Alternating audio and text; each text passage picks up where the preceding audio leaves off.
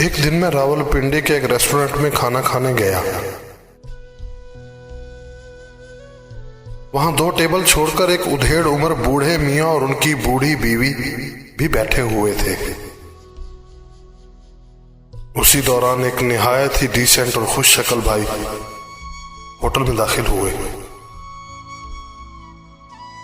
और wash basin पर हाथ धोकर कुछ फासले पर उनके बराबर वाली टेबल पर बैठ गए। चूंकि हमने अपने खाने का ऑर्डर पहले ही दे दिया था, तो इसलिए हम खाने का इंतजार कर रहे थे कि अचानक उस साहिब के मोबाइल फोन की बेल बजी, जिसके बाद वो कदरे ऊंची आवाज में मोबाइल पर किसी से बात करने लगे। उनके बात करने के अंदाज से लग रहा था कि उनको अल्लाह ने कोई बहुत बड़ी खुशी से नवाजा था। और फिर मोबाइल पर बात खत्म करने के बाद वो वहां पर मौजूद सब लोगों को मुखातिब करते हुए बुलंद आवाज में बोले,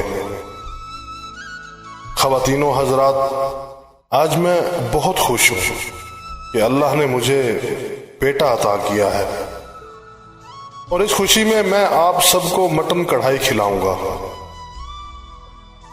मैं अपनी जगह से उठा और आगे जाकर उन्हें मुबारकबाद दी और कहा कि भाई, हमने तो अपने खाने का ऑर्डर पहले ही दे दिया है।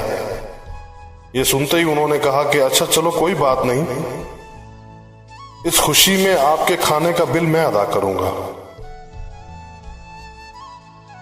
और फिर उन्होंने वहां पर मौजूद बाकी सब लोगों बाशमूल उन बूढ़े मियाँ जी और उनकी बूढ़ी बीवी के लिए मटन कढ़ाई का ऑर्डर किया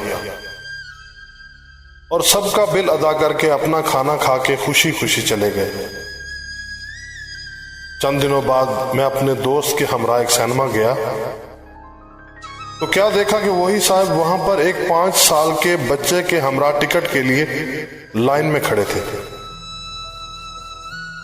मैं अपने दोस्तों से नजर बचाकर उनके पास पहुंचा। जो ही उन्होंने मुझे देखा, देखते ही मुझे पहचान गए और मुस्कुराने लगे। बहरहाल सलाम दुआ के बाद मैंने तंजिया कहा कि माशाल्लाह, आपका बेटा तो चंद ही दिनों में इतना बड़ा हो गया है। मेरी बात सुनकर उन्होंने कहा, भाई छोड़ो इस बात को, ये बड़ी अजीब कहानी है, फिर किसी दिन मिलोगे तो बताऊंगा। जब उन्होंने ये कहा कि मेरा तजस्सुस और भी बढ़ गया और मैंने इसरार किया कि वो मुझे ये अजीब कहानी अभी बताएं। आखिर मेरे बहुत इसरार पर उन्होंने जो बात बताई, उसके बाद मैं अपने आप को बहुत छोटा समझने लगा और उनका मकाम मेरी नजरों में कदरे बुलंद हो गया। दोस्तों, उन्होंने बताया कि उस दिन जब मैं रेस्टोरेंट में दाखिल हुआ तो हाथ धोने के लिए वॉश बेसिन की तरफ गया और वहां हाथ धोते वक्त मैंने बूढ़े मियाँ और बूढ़ी अम्मा जी की बातें सुन ली। बूढ़ी अम्मा जी कह रही थी कि आज मेरा मटन कढ़ाई खाने को दिल कर रहा है, तो उस पर बूढ़े मियाँ ने बहुत अफसुर्दा लहजे में कहा कि मेरे पास पूरे महीने के लिए सिर्फ 2000 रुपए हैं। अगर कढ़ाई खाएंगे तो पूरे महीने गुजारा कैसे होगा? ऐसा करते हैं, आज दाल रोटी खा लेते हैं, कढ़ाई फिर किसी दिन खा लेंगे।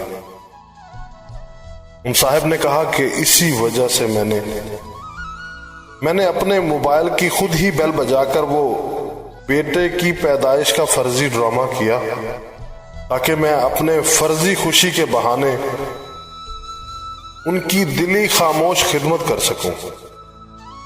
मैंने कहा, तो भाई आप सिर्फ उन्हीं बुजुर्गों के पैसे दे देते, आपने तो खामोखा में सब लोगों को खाना भी खिलाया और उनका बिल भी अदा किया। तो उन्होंने जवाब दिया, ऐसा करके मैं उन बुजुर्गों की इस इज्जत नफ्स मजरूह नहीं करना चाहता था।